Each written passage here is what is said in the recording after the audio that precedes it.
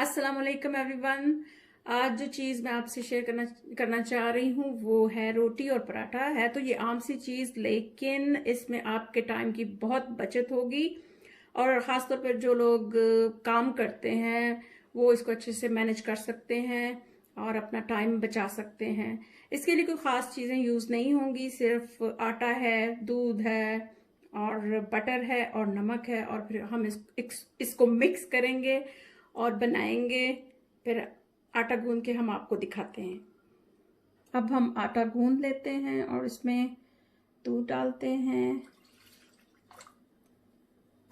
और नमक भी साथ ही शामिल कर देते हैं।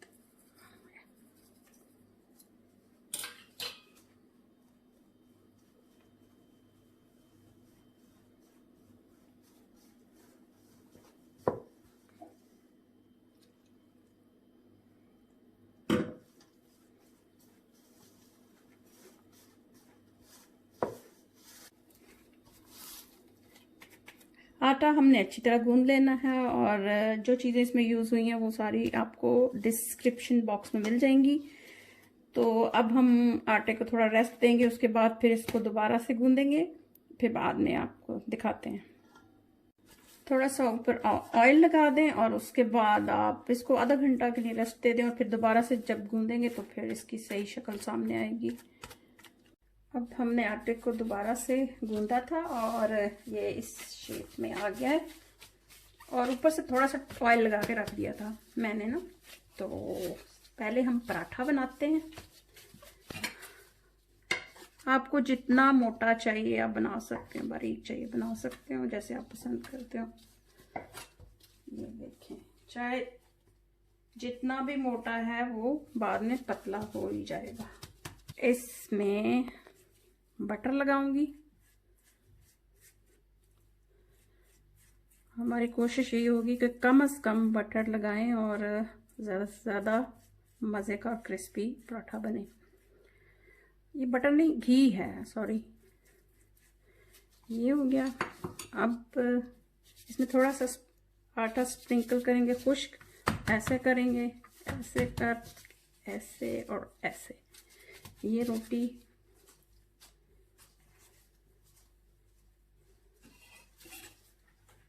फिर हम इसको बेल लेंगे ऐसे करके, और जितनी बड़ी आपको चाहिए आप इसको कर लें। और फिर गोलाई की कोई फिक्र ना करें, क्योंकि उसका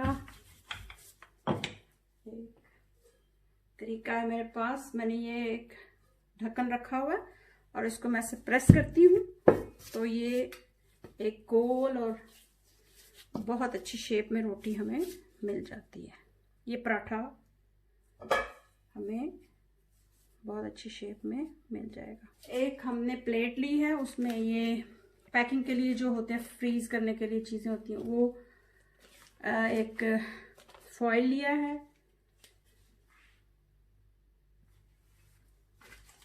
इस तरह से हमने डाल दी है। अभी सादा, अब मैं आपको सादा रोटी बना कर दिखाती हूँ। उसका भी यही तरीका है, बस उसमें बटर नहीं डलना।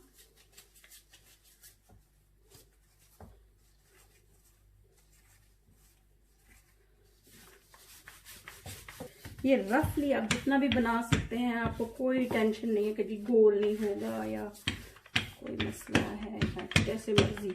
तो देखें, इसको बस ऐसे करना है और आपका जो भी बनाया वो गोल हो जाएगा। और आप इसको उसी तरह जैसे मैंने पहले रखा है उसी तरह इसको डाल दें ऐसे करके। इसी तरह हम इनकी तहें लगा के पराठे अलहदा और सूखी रोटी अलहदा से फ्रीज कर देते हैं और तकरीबन काफ़ी देर तक ये चल जाती है। जो मैंने पहले फ्रीज की हुई है वो मैं अभी आपको बना के दिखाती हूँ। चूल्हा हमने ऑन कर लिया है, उसके ऊपर पैन रख दिया है, थोड़ा सा गर्म हो गया है और अब हम इसको थोड़ा सा ऐसे ग्रीस कर लेंगे देसी घी से। अगर आप चाहें तो आप ऑयल भी यूज़ कर सकते हैं। ये देखें, ये मैंने फ्रीज किया हुआ था, तो ये इस तरह का पराठा होता है।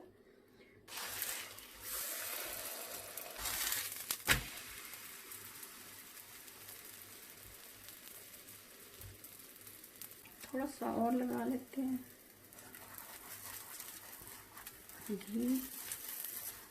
मैं मोस्टली देसी घी यूज़ करती हूँ।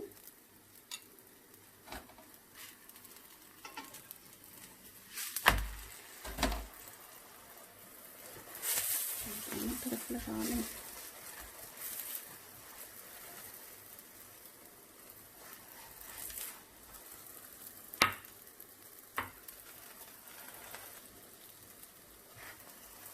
ये जो मैंने बना के रखा हुआ था ये काफ़ी तकरीबन 1 मंथ पहले बनाया था, जो कि मैं अब आपको बना के दिखा रही हूँ।